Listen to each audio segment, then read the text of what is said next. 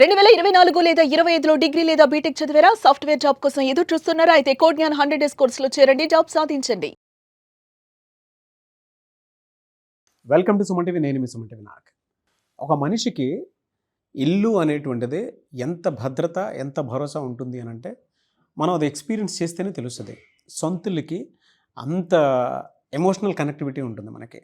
అలాంటి వాటి మీదే బ్యాంక్ వాళ్ళు కనుక పడితే చట్టపరంగా మనం ఏం చేయాలి అనేది ఈరోజు మనతో పాటు ప్రముఖ అడ్వకేట్ శశికాంత్ గారు ఉన్నారు. అది వారి మాట్లాడి తెలుసుకుందాం. నమస్కారం సార్. నమస్తే. ప్రతి మనిషికి అంటే పెళ్లి చేసి చూడు, ఇల్లు కట్టి చూడు అని చెప్పేసి అంటూ ఉంటారు. జనరల్గానే మనం మాట్లాడుకున్నాం. అందులో ఇల్లు అనేది చాలా మేజర్ అండి ఇవాళ. అది మనకి భరోసాని ఇస్తుంది, ప్రొటెక్ట్ చేస్తుంది, కాన్ఫిడెన్స్ ఇస్తుంది, సోషల్ ఇమేజ్ని క్రియేట్ చేసి పెడుతుంది.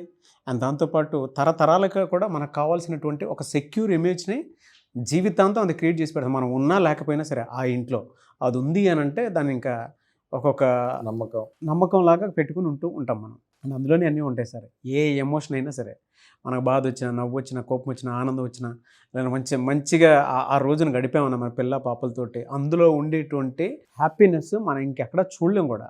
సొంతింట్లో మనకు కావాల్సినటువంటి మనుషులతో పాటు మనకు కావాల్సినటువంటి స్వతంత్రం కూడా ఖచ్చితంగా ఉంటుంది.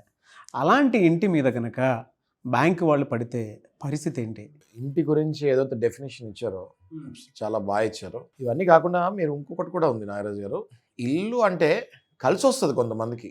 వాస్తు ఈ ఇంటికి వచ్చినంత నాకు అన్నీ బాగానే జరిగాయి, ఈ ఇల్లు నాకు బాగా కలిసి వచ్చింది అలా కూడా అనుకుంటారు జనాలు. సో సెంటిమెంట్, ఇల్లు అన్నది ఒక సెంటిమెంట్ అయిపోయింది. ఇల్లు కట్టి చూడు, పెళ్లి చేసి చూడు అని మీరు ఏదవుతున్నారో అది 100% కరెక్ట్. ఒక ఇల్లు ఒక సామాన్యుడు కొనాలంటే ఆ లైఫ్ టైం సంపాదించే డబ్బు దాని మీద పెట్టాలి అన్నది ఆల్మోస్ట్ డిసైడెడ్. ఒక సగటు ఉద్యోగుడు నెలకి 1,00,000 నుంచి 2 లక్షలు సంపాదించే వాళ్ళు ఒక అపార్ట్మెంట్ కనుక కొనుక్కుంటే వాళ్ళ జీవితాంతం దానికి ఈఎంఐస్ కడుతూనే ఉండాలి. సో ఒక లైఫ్ టైం అచీవ్మెంట్ అన్నది ఇల్లు. అలాంటి ఇల్లు ఒకవేళ ఏదో పరిస్థితుల వల్ల, రిసెషన్ వల్ల, సాఫ్ట్వేర్ రిసెషన్ చూస్తున్నాం మనం, దేనివల్లనో ఒకవేళ ఒక 2 కానీ 3 ఈఎంఐలు కట్టకపోతే, నాగరాజు గారు 3 ఈఎంఐస్ కట్టకపోతే దాన్ని ఎన్పిఏ అంటారు. Non performing assets. Exact, non performing asset కిందకు వచ్చేస్తుంది. ఒక్కసారి ఎన్పిఏ అయిన తర్వాత సాధారణంగా బ్యాంకు వాళ్ళు ఇంకా ఈఎంఐలు కట్టించుకోరు నాగరాజు గారు. వాళ్ళు ఇంకా లీగల్ ప్రొసీజర్కి వెళ్ళిపోతారు. వీళ్ళు మళ్ళీ వచ్చి నేను ఈఎంఐ కడతాను, దయచేసి నన్ను మొత్తం డబ్బులు అడగండి అన్నా కూడా బ్యాంకు వాళ్ళు వినే పరిస్థితికి రారు. దానికి 2 కారణాలు ఉన్నాయి. ఒకటి, వీళ్ళ పిలక వాళ్ళ చేతిలో ఉంటుంది. అంటే వీళ్ళు ఆల్రెడీ పేపర్లు హైపోతికేషన్ అయిపోయి ఉంటుంది బ్యాంక్కి. వాళ్ళు ఎంత త్వరగా వదిలించుకుందామా ఈయనని, నాకు ఇప్పుడు వడ్డీతో పాటు నా డబ్బులు తీసేసుకుంటున్నా ఒకటేసారి. వీళ్ళు కనుక కంటిన్యూగా బౌన్స్ కాకుండా నెల కడితే బ్యాంకు వాళ్ళు చచ్చినట్టు వెయిట్ చేయాలి. 3 సార్లు కనుక కట్టకుండా బ్యాంకు వాడికి ఛాన్స్ ఇస్తే ఆ తర్వాత మీకు కట్టే కెపాసిటీ వచ్చిందని మీరు కుర్రో మొర్రో అన్నా కూడా బ్యాంకు వాడు అది యాక్సెప్ట్ చేయడు, కోర్టుకు వెళ్ళిపోతాడు, నాకు టోటల్ అమౌంట్ కావాలి అంటాడు. అంటే వాడికి అది ఛాన్స్ ఇచ్చినట్టు. అవును. కాబట్టి దయచేసి నేను చూసే వీక్షకులకి అందరికీ ఏం చెప్దాం అనుకుంటానంటే, మీరు 2 బౌన్సులు అయినా పర్వాలే కానీ 3వ బౌన్స్ ఒకవేళ అయ్యేటట్టు ఉంటే ఎట్టి పరిస్థితుల్లో ఆ 3వ ఈఎంఐ మాత్రం మీరు మిస్ కాకండి. ఎక్కడి నుంచైనా డబ్బులు తెచ్చుకొని ఆ ఒక్క 3వ ఈఎంఐ కట్టండి.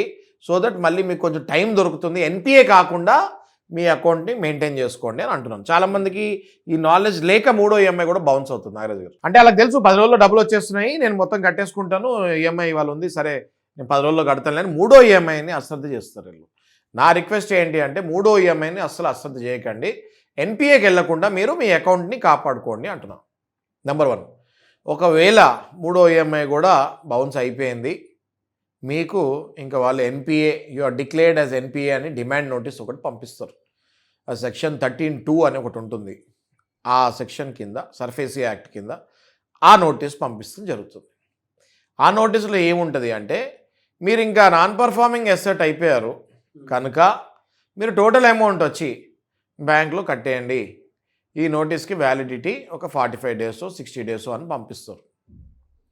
13(2) నోటీస్ అంటారు దాన్ని. It's demand notice. ఆ నోటీస్ పంపించినప్పుడు మళ్ళీ మనం చేసే చాలా అతిపెద్ద తప్పు ఏంటి అంటే, ఆ నోటీస్ని అటు ఇటు చూసి ఇంట్లో వాళ్ళకు కూడా చూపించకుండా చింపి పడేస్తారు చాలామంది ఈ బారోవర్స్. దయచేసి అది చేయకండి. అలాంటి నోటీసు, డిమాండ్ నోటీస్ వచ్చినప్పుడు it is very easy for you to handle the case. వెంటనే ఒక అడ్వకేట్ని అప్రోచ్ అయితే వాళ్ళు కోర్టుకి వెళ్ళి మీకు స్టే తెచ్చుకుంటారు. స్టే తెచ్చుకున్న తర్వాత బ్యాంక్ వాళ్ళతో మాట్లాడుకునే టైం కూడా మీకు కుదురుతుంది. ఈ 13(2)ని ఎప్పుడైతే నోటీస్ని చింపేస్తారో ఇంకా టకటక పొజిషన్కి వెళ్ళిపోతారు. 13(4) అని ఒక నోటీస్ వస్తుంది, తర్వాత 14 అని ఒక నోటీస్ వస్తుంది, ఇంటిని సీజ్ చేస్తాం జరుగుతుంది, అది ఆక్షన్కి వెళ్ళిపోతుంది. సో దయచేసి నేను వీక్షకులకు చెప్పేది ఏమిటి అంటే, నాగరాజు గారు మీ ద్వారా దయచేసి మీ హోమ్ లోను, మార్ట్గేజ్ లోన్లు తీసుకున్నప్పుడు 3వ EMI వరకు బౌన్స్ కాకుండా చూడండి. 3వ EMI బౌన్స్ అయ్యి మీరు NPA కనుక డిక్లేర్ అయితే వెంటనే మీకు ఫస్ట్ నోటీస్ అందగానే, మొట్టమొదటి నోటీస్ అందగానే మీరు ఒక మంచి అడ్వకేట్ని అప్రోచ్ అవుతే ఆ అడ్వకేట్ మీకు DRT, డెట్ రికవరీ ట్రిబ్యునల్ అని ఒక కోర్టు ఉంటుంది నాగరాజు గారు. ఈ లోన్స్కి, హోమ్ లోన్స్కి, మార్ట్గేజ్ లోన్స్కి నార్మల్ కోర్ట్స్ కాదండి. దానికి డెట్ రికవరీ ట్రిబ్యునల్స్, DRT అని సపరేట్ కోర్ట్స్ ఉంటాయి. ఆ కోర్టుకి వెళ్ళి వెంటనే స్టే తెచ్చుకొని, ఇంత మేము ఇప్పుడు కట్టలేం, మా పరిస్థితి ఇట్లా ఉంది అని కోర్టు వారికి, ట్రిబ్యునల్లో ఉన్న వారికి చెప్పుకొని, వేడుకొని టైం తీసుకోవచ్చు, స్టే తీసుకోవచ్చు. ఆలోపు బ్యాంకర్స్ తోటి మాట్లాడుకొని సెటిల్ చేసుకోవచ్చు. ఈ చిన్న విషయం తెలియక ఎంత డిప్రెషన్కి వెళ్ళిపోతారంటే నాగరాజు గారు, ఇల్లు తీసుకున్న వాళ్ళు, ఇంకా నార్మల్ డిస్కషన్ కనుక మనం వెళ్తే, ఇల్లు తీసుకున్న వాళ్ళు EMIలు కట్టలేక NPAలు వచ్చి దాన్ని సరైన అడ్వకేట్కి వెళ్ళక ఇల్లు ఆక్షన్కి వెళ్ళిపోయి, అసలు ఇవన్నీ అవసరం లేకుండా హ్యాపీగా చేసుకోవచ్చు ముందే అడ్వకేట్ దగ్గరికి వెళ్తే. కానీ వీళ్ళు వెళ్ళరు. ఎట్లా అంటే వీళ్ళది ఏదో సామెతలాగా ఎవరు పిల్లి కళ్ళు మూసుకొని పాలు తాగుతున్నట్టు. అంటే నోటీస్ వస్తుంది, చింపి పడేస్తారు, ఎవరు చూడలేదు, నేను ఇంకెవరికి చెప్పట్లేదు, ఈ నోటీస్ వచ్చినట్టే కాదు. Silent negligence, that's right word, silent negligence. ఇంకోటి గోడ మీద అతికిస్తారు, సెక్షన్ 13(4) గోడ మీద అతికిస్తారు. ఏం చేస్తారు, టక్మని గోడ మీద నుంచి చింపేస్తారు.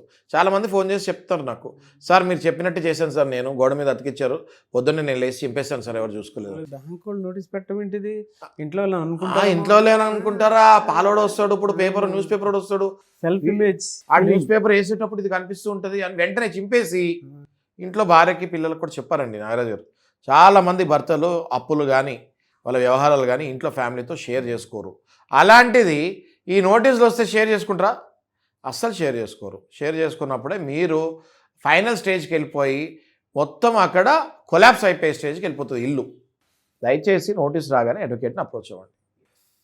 అదొక్కటే నేను ఇచ్చే సలహా ఏంటంటే, నోటీస్ రాగానే అడ్వకేట్ని అప్రోచ్ అవ్వండి, కోర్టుకు వెళ్ళండి, స్టే తెచ్చుకోండి. అంతేగాని మీరు డిప్రెషన్లోకి వెళ్ళి ఇల్లుని కోల్పోకండి. ఎందుకంటే బ్యాంక్ వాళ్ళు ఏం చూస్తారు నాగరాజు గారు, ఛాన్స్ దొరికింది, NPA అయింది, ఛాన్స్ దొరికింది, నాకు ఇంక EMIలు వద్దు, నాకు మొత్తం కట్టేయాలంటాడు. అరే నాయన, నేను EMI కడతాను, వచ్చే నెల నుంచి నాకు డబ్బులు వచ్చాయి, నాకు వద్దు, NPA అయింది, నాకు వద్దు అంటాడు. NPA కానీకండి. NPA అయితే డిమాండ్ నోటీస్ పంపిస్తే నోటీసులు చింపి మడతపెట్టి ఇంట్లో పెట్టకుండా దాన్ని దయచేసి మంచి అడ్వకేట్ దగ్గరికి వెళ్ళండి. 100% మీకు రైట్ సొల్యూషన్ వస్తుందని నేను అంటున్నాను. Fantastic and thank you so much Shashikant గారు.